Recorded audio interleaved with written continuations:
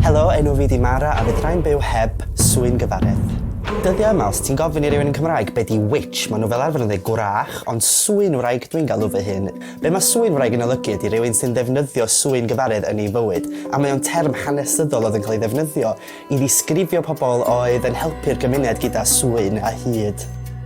Yn tyfu fyny yn cwiar, yn tyfu fyny fatha rhywun traws. O'n i bob tro'n teimlo fatha to'n i'm yn rhan o ddim byd. A nes i ddarganfod swyn ag hyd gwerin Cymru, nes i ddarganfod llen gwerin Cymraeg, byd o hudoliaeth a swyn gyfaredd, a dwi heb di edrych nôl ers. Pan o'n i'n ifanc iawn ofnadwy, oedd nain yn darllen dail te a tarot cards ac y peli crisiala a ballu, ac o'n i bob tro'n teimlo fatha, gosh, mae mor magical a dwi eisiau bod fatha hi pan dwi'n tyfu fyny. A wedyn pan nes i ffeindio llyfr bach pan o'n i'n 12 mlwydd oed o enw Spells for Teenage Witches, o'n i'n meddwl, gosh, be di hwn? O'n i bob tro'n cael fy mwlio, o'n i bob tro'n teimlo ar ben fy hun, a nes i ddeseidio wneud swyn, nes i ddeseidio wneud spell bach i fi fy hun, i helpu fi ffindio rhywun sa'n ella caru fi o pwy ydw i a ddim yn bwlio fi, ac yn helpu fi teimlo fatha oedd gynno fi rywun yn y byd i edrych ar. Fe o'n rhyw 2 flwyddyn ar ôl fi wneud yr swyn yna, nes i ffindio cariad fi, ac wedyn nes i ffindio bywyd ma oedd mor hudolus, a nes i ffindio llwyth o ffrindiau oedd yn ymarfer yr swyn gyfaredd traddodiadol Cymru a ballu. Dwi wedi ffeindio fy nghymuned rwan, dwi wedi ffeindio sut dwi yn medru teimlo balchder yn bod yn pwy ydw i ac yn bod yn Gymraes.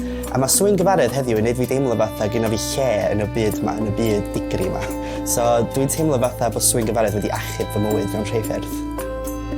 Yn tyfu fyny yn Ynys Môn, o'n i'n byw fi'n pentre bach o'r enw Ffraw, o'n i byth yn deimlo fatha o'n i'n rhan o'r gymuned yn iawn, achos os o'ch chdi'n mynd fewn i ffermio neu ffwtbol, so na ddim byd rili oeddach chdi'n medru neud yn rhan o'r gymuned. A tho gymryd oes iddo fi ffeindio allan o'n i'n medru cymryd balchder yn bod yn Cymraes, yn gweld yr traddodiadau hen ma, oedd yn rhan o hanes Cymru ar un adeg.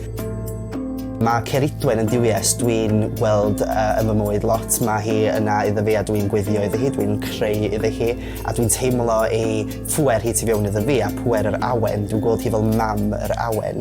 A mae'r diwiau yma, maen nhw'n rhan o traddodiadau Cymraeg sydd yn hen ofnadwy, a roedd y swynydd yn rhan o gymunedau Gymraeg a falle pobl fel fi oedd dipyn bach yn od ac yn credu yn pethau toedd pobl eraill ddim cweit yn credu yn hefyd. Ond oedden nhw'n rhan o'r gymuned ac oedden nhw'n cael eu garu gan pawb achos oedden nhw'n helpu pobl.